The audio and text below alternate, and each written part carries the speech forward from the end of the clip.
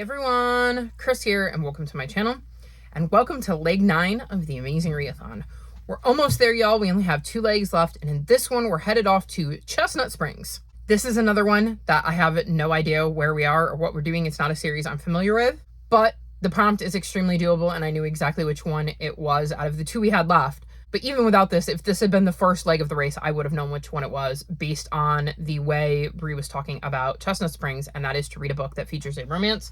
So I am reading The Charm Offensive. I am on page 179, so I'm making decent progress in this. This follows Charlie, who has OCD and anxiety and goes on this dating show and ends up meeting Dev there. Dev works for this show and loves being able to script the perfect happy ending. Charlie's not really into this. He's only on the show to rehabilitate his image and isn't really doing well with this whole dating 20 women on camera thing. So Dev does everything in his power to help make Charlie comfortable, and as they get to know each other, they kind of realize they like each other, and that's not good when Charlie's supposed to end up with one of the contestants. I'm enjoying this so far. This is another one that, for me, is brutal. So if you watched my vlog for leg 8, you will have seen me talk about a couple of books that I said I really related to and were harder reads because of the content. And this is another one because we're dealing with Charlie and he's having panic attacks and dealing with this anxiety, and it is so familiar to me and my anxiety's high. So it is brutal for me to be reading this right now, even though I am enjoying the dynamics between Dev and Charlie and how this is kind of playing out. I don't know that I'm going to like this more than Kiss Her Once for Me, which is also by Alison Cochrane, as I really enjoyed that one, but I am enjoying this one. It feels like a high 3, low 4. We'll see, but I should be able to easily finish it tonight. And then I have no idea what I'm going to read. I'm currently in the middle of like 4 books. I'm in the middle of Wrath, so hopefully I can get back to this. I am in the middle of Cheddar Late Than Dead, which is a cozy mystery that I think I'm close to halfway through. I'm 3 chapters into What an Owl Knows, which is a nonfiction about owls, and I have started October's Ocean, which is a YA book that is following a teen named Seth who's lost his best friend and is dealing with the grief of that. So again, another not quite so easy read. As for what else I might read, I just remembered I do have a few other books that I'm technically in the middle of that I need to go back to. And one of them happens to be House of Frank, because from my research, the author, whose name I can't think of right now, but the author of that book uses a pen name. That's their pen name. And one of the sightseeing prompts is to read a book by an author who uses the pen name, and you specifically need to read the book that is written under the pen name. So I can count that one. And then I looked up Ellie Alexander, and apparently Ellie Alexander is a pen name. So I can read Killing Me Souffle, which I had originally intended to roll over and not get to in June, but now since it works for one of my prompts, I will probably pick it up because I really wanted to read it anyways, and cozy mysteries are always fun. The question is, though, where is it? Because I had so many books that I rolled over from May and went a little bit overboard with books in June, I have books everywhere. And then when I filmed my July TBR, I intentionally did not put any of my books from June on my July TBR for phase 10 or phase out, mainly because I didn't know what the prompts were going to be for sightseeing, and I wanted to give myself all of the options. The problem is that I filmed phase 10, I filmed phase out, and I filmed both my April and May book haul. So there were books everywhere for a hot second, and I have no idea where Killing Me Souffle went. So I'm going to have to find it because there is no audiobook, and so I need to read the physical book, but it requires me actually being able to put my hands on the physical book. So that one's kind of up in the air because it's going to depend on if I can find the physical book before this ends. We'll see how it goes. Anywho, that's where I'm at. That's my plans for this current leg. Ciela would like to say hi to everyone because she needs to be in all the videos because she has been deprived of attention because my door's been shut and she will not come in my room if my door has been shut for days. And with the air conditioner on, my door was shut. So Ellie would like to say hi. So here is this little cutie pie, and we're going to go, and I'm going to give her some attention and read, and I will try to check back in with you at some point tomorrow to give you an update because I don't think this leg is going to end tomorrow. So if I can check in tomorrow, then I should be able to give you 2 full updates, hopefully. So we'll see how it goes, and I will check back in with you all later.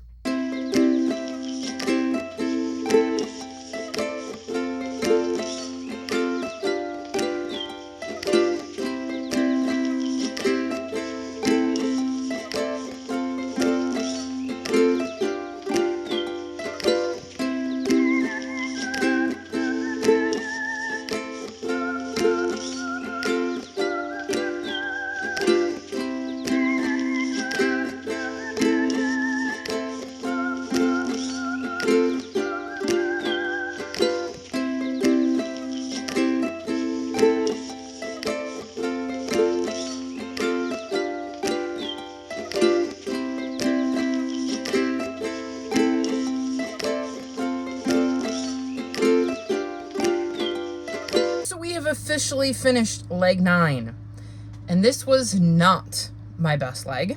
I did not get anywhere near as much done, but I did finish my leg book, which was The Charm Offensive, and I gave this 4.25 stars. So this follows Charlie, who goes on a bachelor type dating show, and Dev works for this dating show. And Charlie is only going on there to kind of rehab his image, and he's very awkward on camera.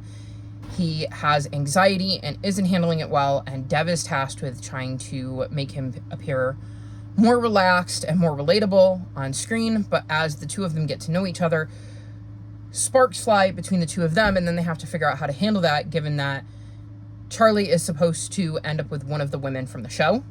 I really enjoyed this. I liked getting to see Charlie and Dev's relationship develop. Both of them are dealing with some stuff, and it is interesting to see how they deal with that with each other and how the other relates to them as they start to share some of what's going on with them. I really liked the setting. I thought it was actually quite neat to see Charlie working on this dating show and trying to rehab his image via the dating show, and the relationships he developed with these women as he started going on these dates and traveling around the world with them. I got really attached to Charlie and Dev. I found their relationship really engaging and real.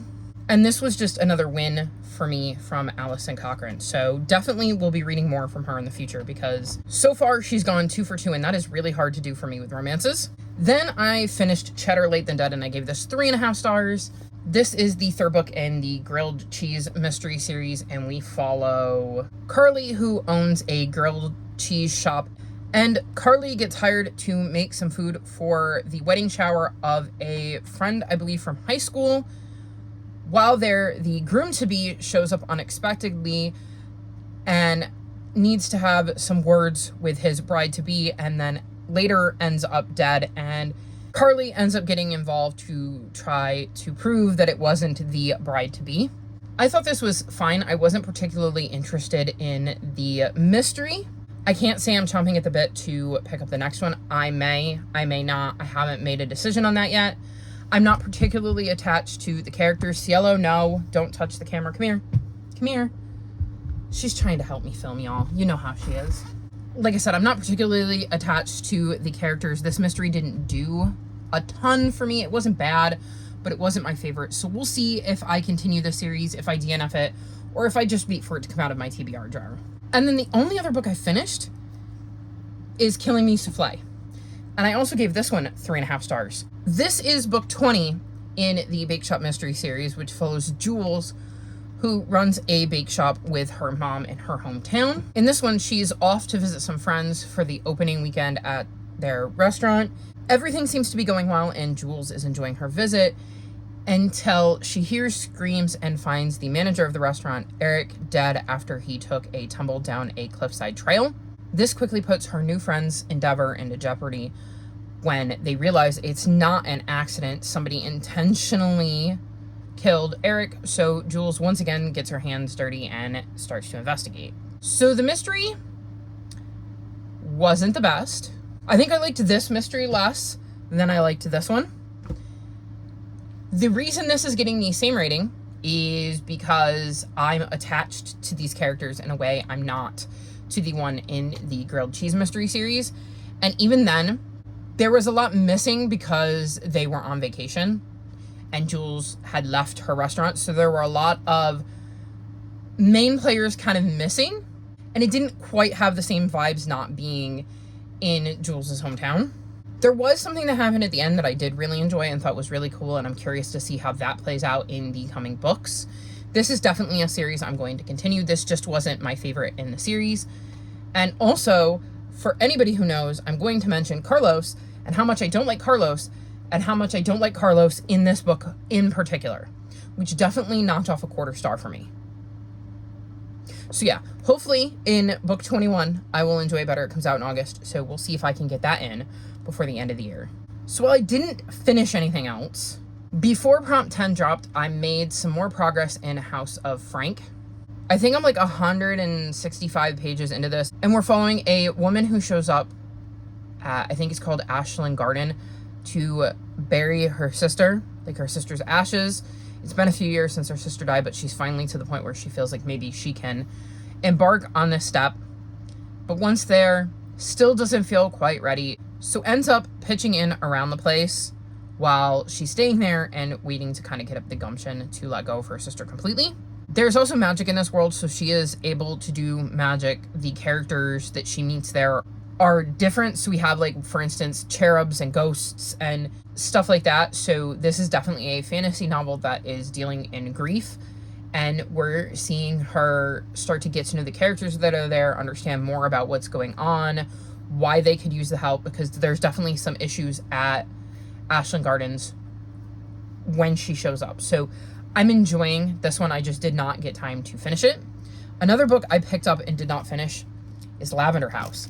I'm on page 220, but I can only read this on sprints. And I just did not have it in me on Friday to keep sprinting long enough to finish this. This is my queer book club pick, and one of the self-imposed rules I've made for myself is that I can only read it on sprints. And so I did not get to finish this before the next prompt drop. This is a historical mystery that follows Andy, who is looking into the death of the head of the La Montagne soap empire. Her widow contacts him and asks him if he would please look into her death because she believes that her wife was murdered. What is interesting is this takes place, I want to say, in 1952. And obviously, queer people were not out roaming the streets in 1952. And that has hit Andy relatively recently, considering he was caught in a raid at a gay bar and kicked off the force due to his lifestyle. So when the widow contacts him, he's really got nothing to lose because he doesn't really have a job. But what's even more interesting about Lavender House, where this murder happened and all of these suspects really live, is the fact that most of them are queer and everybody is out and proud, at least within the walls of the house. So Andy is kind of intrigued about what it's like to be around a group of people who know who you are and don't really care, and you don't have to hide things all the time. So he takes up the case and starts to look into things and realizes that while everybody at Lavender House is not hiding their sexuality, that doesn't mean that they don't have secrets. I can say honestly that the mystery is not my favorite thing about this novel. I'm not super into the mystery any more than I was into either of the other two I've mentioned. But I'm already super attached to Andy and the characters that he's met and the relationships that seem to be developing. And I'm very curious, once he finds out what happened at Lavender House, where he goes from here and what happens to him next. I will say, this is not an easy book to read. There are some absolutely brutal scenes surrounding the homophobia that existed in the 1950s. And so keep that in mind if you're going into this. It definitely addresses those and has that representation on page. So it's definitely 100% not an easy read, but I am really enjoying the characters in this more so than the mystery, and I want to know what happens to them. I do want to know if a member of the Lavender House did indeed commit murder and why. So I would really, really like to finish this. I just did not quite get to it in time. I think that's everything. I don't think there was anything else. I might have read a little bit more of October's Ocean, which follows a teenager named Seth whose best friend died, and he is dealing with some grief and meets a girl named Peggy who he's never seen before in this very small community, and he's trying to figure out where she came from while he's dealing with this grief. But other than that, I don't think I picked anything up. I have a lot of ebooks left on my TBR, so it's like I'm trying to make sure I didn't start any of them, but I don't think so. I think that's all of my updates. So as you can see, like I said, this was not my best leg, but I did get some stuff done, and I really enjoyed this, and I'm quite enjoying this. So I suppose that's a win. Anywho, leg 10 has dropped, and we are off on that final leg. So be sure to check out next week's vlog to find out where we ended up and how I finished. But that's going to be all for the vlog for leg 9. All of my social media is linked in the description below if you'd like to come chat with me. If you've made it this far in the video, leave me horse emojis. Like this video and subscribe to my channel, and I'll talk to you next time. Bye!